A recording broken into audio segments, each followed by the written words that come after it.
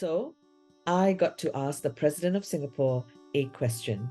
And this in a ballroom full of hundreds and hundreds of pairs of eyes looking at me. And I was able to do that without stumbling over my words, without stammering or rambling and going on and on. So if you, like me, have always struggled to be able to stand up and ask good questions, even when there's an audience in the room, then stick around because I'm going to share with you how this all came about, what have been some of my personal struggles with asking questions, and the 4-step approach I took to asking my president the question. So let's get to it.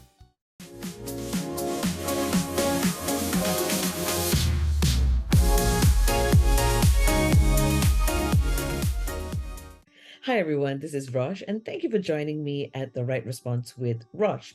So all this came about because a very good friend of mine called Eugene Sia, the author of this wonderful book, Super Brand Me, invited me to an event by the SG100 Foundation. Now, this foundation has been running events commemorating the 100th year of the founding father of modern Singapore, the former Prime Minister of Singapore, the late Lee Kuan Yew, right?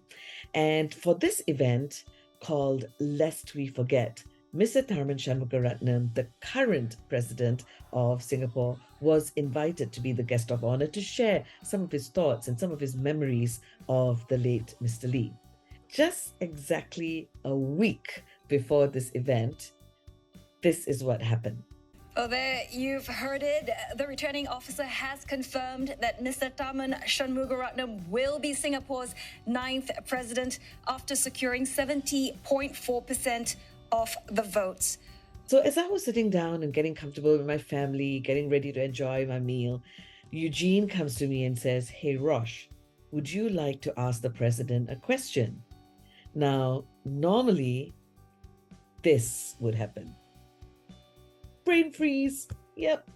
Even when it comes to asking questions, sometimes my normal, natural reaction is to go back to my schoolgirl days, right?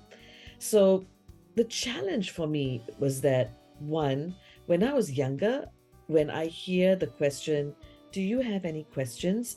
it kind of reminds me of school days when teachers would ask that question, but then that was like a precursor to asking you a question instead. That used to scare me a little. And then as I grew older, I would go for meetings and I would notice and admire people who were able to ask questions really well. Either they were able to ask good questions or they just looked smarter or seemed to be smarter than me. So whilst I got better at answering questions, I still struggled with this whole thing around asking better quality questions. And I knew there was an art to it. So this time I decided I've got a lot of experience behind me. I've got my think on your feet skills. And then I had just attended a friend's workshop called The Art of Asking Good Questions. And I decided, you know what?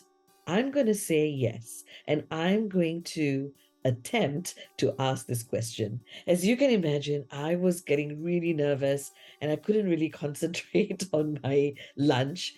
And because I knew the time was coming, right? When I had to stand up in front of all these people. But here's my 4-step approach to asking the question. So the first thing I did was acknowledge.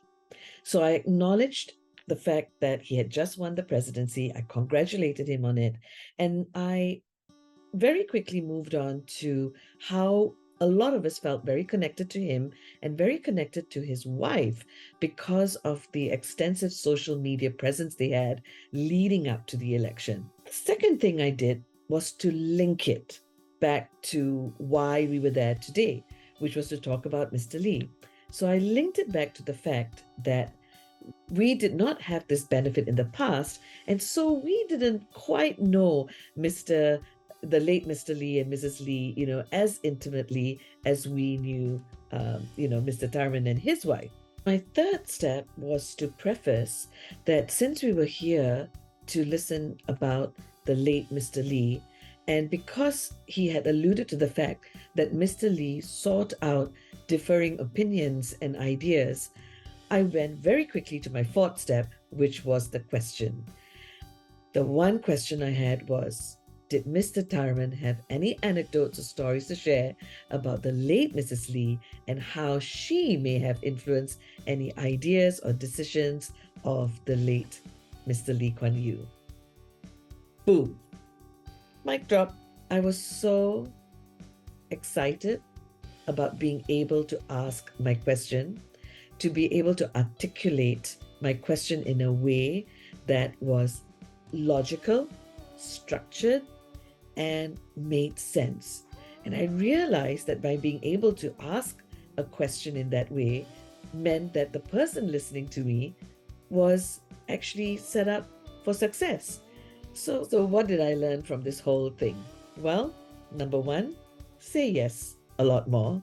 Two, remember that we do have skills and strengths and know-how that sometimes we forget to put into application or to put into practice.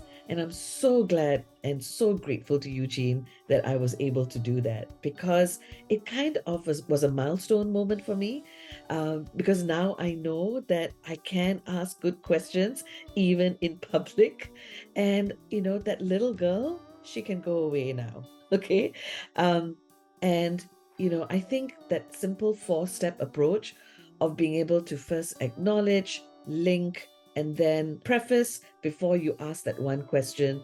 It was just a simple, good, solid formula for me to follow so that I was able to do this. Did Mr. Tharman answer my question? Did Mr. Tharman give a good answer to my question? Well, you can bet that I'm going to probably create a video about that, right? So if you want to know how he answered the question, subscribe to my channel. Make sure you like, make sure you share, tell people about this, and I will do a video on how my president answered that question. Thank you for watching, and see you next week.